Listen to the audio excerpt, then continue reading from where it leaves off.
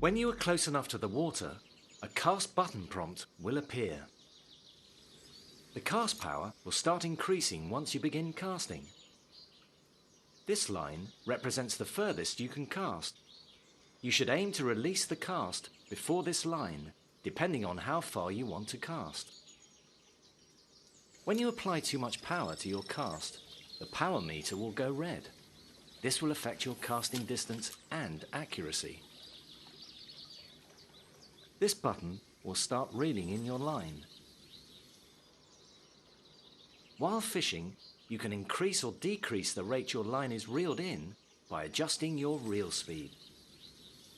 You can switch between all your rods, so long as you're within close proximity of your rod stand. You will want to use different casting styles based on the desired casting distance. You can switch between the casting methods before committing to a cast. All casts are executed using the same control methods, whether you are using simple or total cast controls. When you get a bite on a lure or float rig, you need to set the hook to ensure the fish cannot escape. Do this by performing a strike. The timing of the strike determines how well the hook is set in the fish's mouth. Setting the hook poorly will make it easier for the fish to escape. The quality of your strike is determined by the swiftness and direction of the strike action and timing after the fish bites. The better the strike quality, the less chance you have of losing the fish. With the hook set, it's time to reel in the fish. Around the water's edge, you will find designated fishing pegs. If you claim a peg, you will be allowed to fish with 3 rods at the same time. Total cast control is a more advanced method of casting. You can select between basic casting and total cast control from the settings menu. To cast using total cast control, release the bail arm and hold the line, but remember to keep the line held or the bait will drop. When you're ready to cast, draw the rod back over your shoulder while keeping the line held. In one quick, compact movement, bring the rod forward and release the line. You want to aim to release the line when the rod is at around the 12 or 1 o'clock position to maximize your cast distance.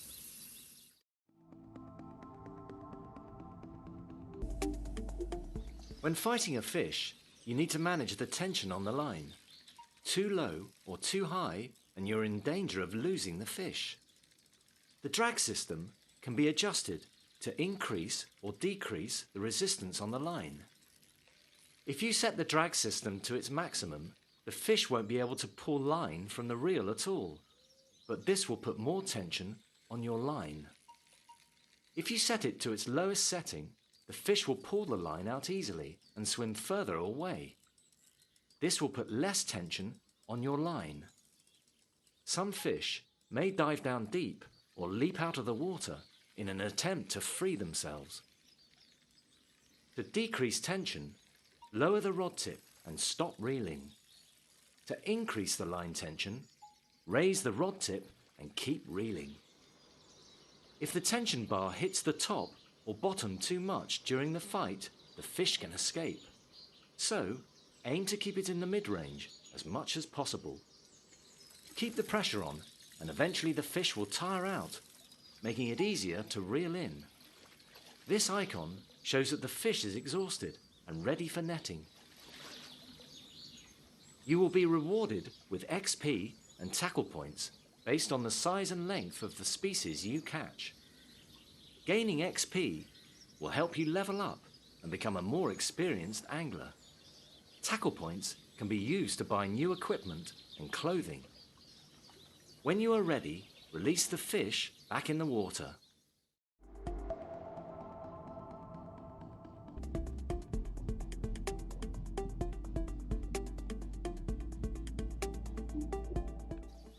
There are a number of techniques available to help you attract fish to the area around your bait. A spod is used for baiting up a swim to attract fish.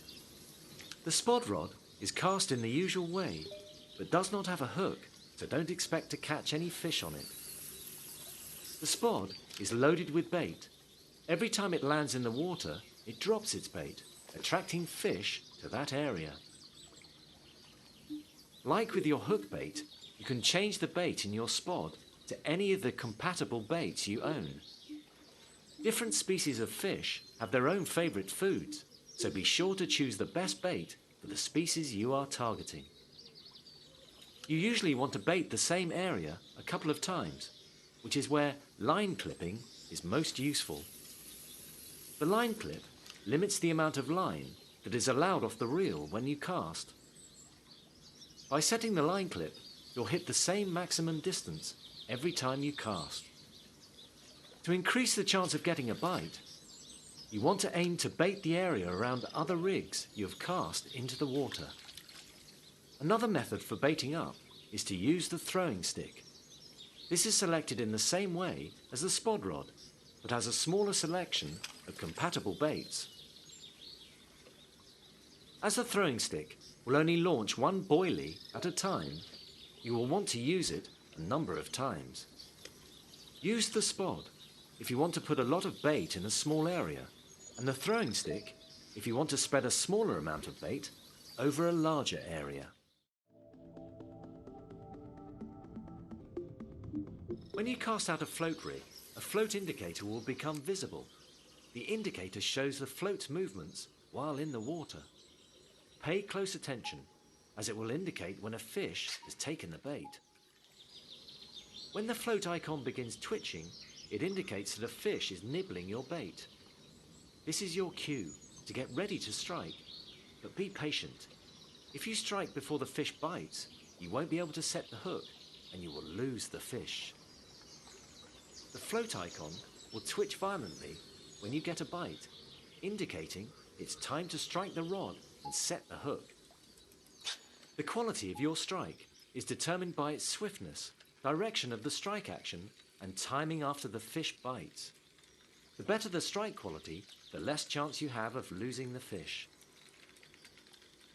With the hook set, it's time to fight the fish. Sometimes, when float fishing, you may wish to alter the hook length. This allows you to adjust how deep below the float your bait is hanging. To do this, press this button and use these buttons to adjust the hook length. There are limits to how far you can adjust the hook length, but it can make all the difference when it comes to presenting your bait in front of the fish.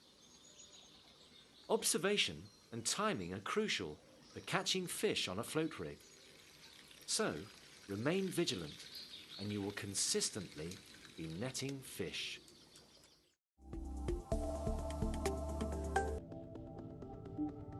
Your inventory is filled with all the equipment you currently own and can be accessed anywhere on the lake. A preset tackle box is comprised of 3 rods, and you can switch between saved tackle boxes or change an individual aspect of a rod setup. Select any equipment category which you wish to change. Each category displays a list of all compatible equipment options. Some equipment will have dependencies with other items based on fishing style, so changing one item may also change the dependent equipment. For example, you can only equip a drop shot lure if you have a drop shot rig selected, and you can only equip a deadbait if you have a size 2 hook selected. Each piece of equipment has its own unique stats. It's important to be aware of these stats to fish with the equipment effectively.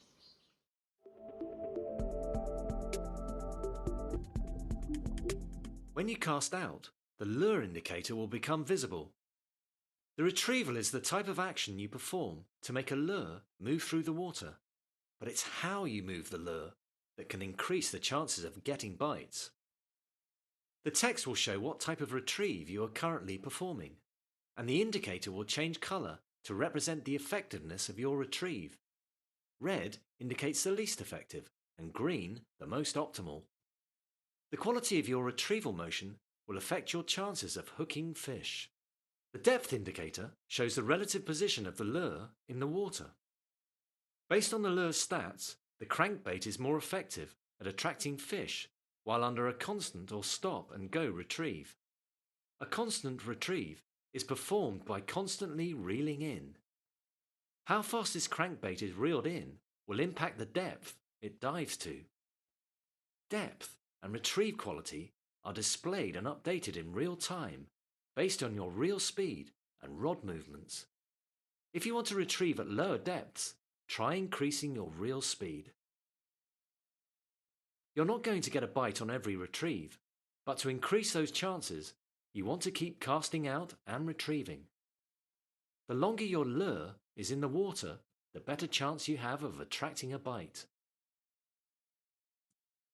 This lure is effective using a stop and go retrieve.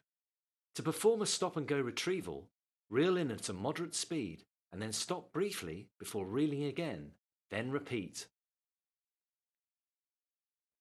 The lure indicator will provide feedback between multiple retrieves. Some lures are effective under multiple retrieval actions, which is indicated by the lure's stats. Looking at the lure's stats, you can see this popper is a topwater lure and is most effective at attracting fish while under a twitch or stop and go retrieve. Topwater lures will always skim across the top of the water, but how they vibrate on the water's surface is what makes it irresistible to a fish. To perform a twitch retrieve, you want to reel in your line slowly, whilst making quick successive twitches of your rod tip in the desired direction, followed by a pause. When drop shotting or performing a twitch retrieve, you may want to manipulate the lure with a bit more finesse. To do this, hold down the finesse control button, as this limits the range of movement on your rod. With this button held down, move your rod in any direction to make short, sudden twitches. Fishing an area with the right equipment and retrieval techniques is essential for attracting and triggering bites from predatory fish.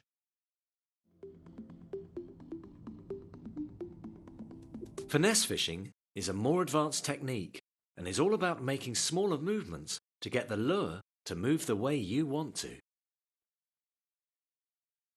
After you have cast out, position your rod at an angle you are happy with, then press and hold the finesse button.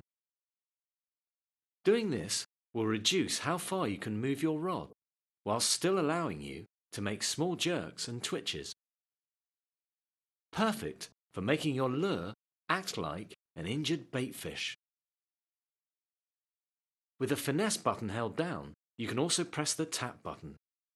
Do this when you are drop shotting, and you will send vibrations down your rod, making your lure dance and wiggle in front of the hungry fish. Your boat is equipped with an electronic fish finder.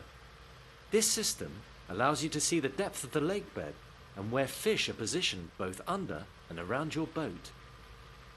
The line at the bottom shows the depth and contour of the lake bed you are travelling over, and the fish icons show a fish's location and depth. The furthest right section shows what was beneath the boat 1 second previously. This fish passed underneath the boat around 3 seconds ago. So, if you are travelling at speed in your boat, the fish may now be some distance behind you. The size of the fish icon displayed is related to the size of fish detected under the water. When you find a spot you want to fish, stop your boat and switch into the fishing position to start fishing.